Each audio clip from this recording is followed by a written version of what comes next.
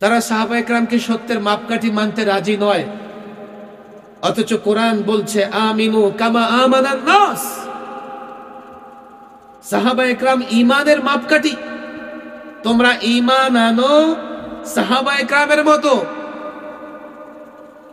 সাহাবায়ে কেরাম আমলের মাপকাঠি, সুতরাং যারা মনে করবে সাহাবায়ে কেরাম সত্যের মাপকাঠি নন, তারা জাহালতে আছে, অজ্ঞতায় আছে, অন্ধকারে আছে। কথা ঠিক না বেঠি? সাহাবায়ে কেরামকে সত্যের মাপকাঠি মানতে কষ্ট হচ্ছে, তাহলে তারা কি কোরআনে কারীম পড়ে না?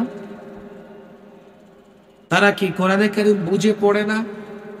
কোরআনুল কারীমের শুরু থেকে, সূরাতুল বাকারা থেকে শুরু করে শেষ পর্যন্ত যে আয়াতে আপনি দৃষ্টি দেবেন, সে আয়াতে সাহাবায়ে কেরামের মর্যাদা এবং ফজিলতের বর্ণনা আছে। কোরআনে কারীমের যে কোনো আয়াতে। এবার কোরআনে কারীমের আয়াত এবং সাহাবায়ে কেরামের মর্যাদা পরিমাপ করে দেন।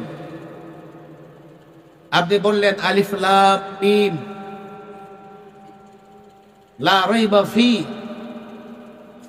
যালিকাল কিতাব লা রাইবা ফি, এমন এক কিতাব যার মধ্যে কোনো সন্দেহ নাই। এই যে কোরআনে কোনো রাইব নাই, সন্দেহ নাই, এর সাক্ষ্য সর্বপ্রথম দিয়েছেন সাহাবায়ে কেরামের জামাত। হুদাল লিল মুত্তাকিন, মুত্তাকিনদের জন্য হেদায়েত। মুত্তাকিন কারা? মুত্তাকিনদের প্রথম জামাত হচ্ছে সাহাবায়ে কেরাম। এরপরে আল্লাযীনা ইউমিনুনা বিল্লাহ, এখান থেকে পৃষ্ঠার শেষ পর্যন্ত আল্লাহর উপরে ঈমান আনা, আল্লাহ যা অবতীর্ণ করেছে তার উপরে ঈমান আনা, এই সবগুলো বিষয়ে আগে যারা করে দেখিয়েছেন তারা সাহাবায়ে কেরাম। এরপরে আল্লাহ প্রদত্ত সার্টিফিকেট, উলাইকা আলা হুদাম মির রাব্বিহিম ওয়া উলাইকা হুমুল মুফলিহুন, তারা রবের পক্ষ থেকে হেদায়েতের উপরে, তারা সফল কাম। কারা? সবার আগে সাহাবায়ে কেরাম। তারা সাহাবায়ে কেরামকে সত্যের মাপকাঠি মানতে রাজি নয়, অথচ কোরআন বলছে আমিনু কামা আমানান নাস। সাহাবায়ে কেরাম ঈমানের মাপকাঠি, তোমরা ঈমান আনো সাহাবায়ে কেরামের মতো। সাহাবায়ে কেরাম আমলের মাপকাঠি, সুতরাং যারা মনে করবে সাহাবায়ে কেরাম সত্যের মাপকাঠি নন, তারা জাহালতে আছে, অজ্ঞতায় আছে, অন্ধকারে আছে। কথা ঠিক না বেঠি? কেউ কেউ ইতিহাসের বর্ণনা দিয়ে সাহাবায়ে কেরামের চরিত্র মাপার চেষ্টা করতেছে। যেই পাল্লা দিয়ে লাকড়ি মাপা হয়, সেই পাল্লা দিয়ে স্বর্ণ মাপা যায় না। হাটাজারিতে লাকড়ি বিক্রি হয় নিঃসন্দেহে, যেই পাল্লাতে লাকড়ি বিক্রি হয়, এই উভয় পাল্লাতে 100 গ্রাম 500 গ্রাম কম হলেও ক্রেতা বিক্রেতা কেউ নারাজ হয় না।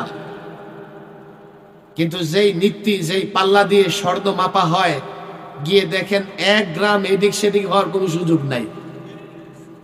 1 গ্রাম এদিক সেদিক হলে 20-30 হাজার টাকার ডিফারেন্স হয়ে যায়। ইতিহাস দিয়া যারা সাহাবায়ে কেরামের চরিত্র মাপার চেষ্টা করে, ওরা লাকড়ির পাল্লা দিয়ে স্বর্ণ মাপার চেষ্টা করতেছে। খুব বেশি এক্সাম্পল আমি দিব না, লড়াইটা চলতেছে এলেম এবং জাহালতের মধ্যে। আমি এশার পর এখানে আসার পরে খতিবে জামান হযরত মাওলানা নুরুল ইসলাম ওলিপুরি সাহেবের আলোচনা যাইতে যেতে শুনতেছিলাম। নিঃসন্দেহে আপনারা হুজুরের আলোচনা শুনেছেন।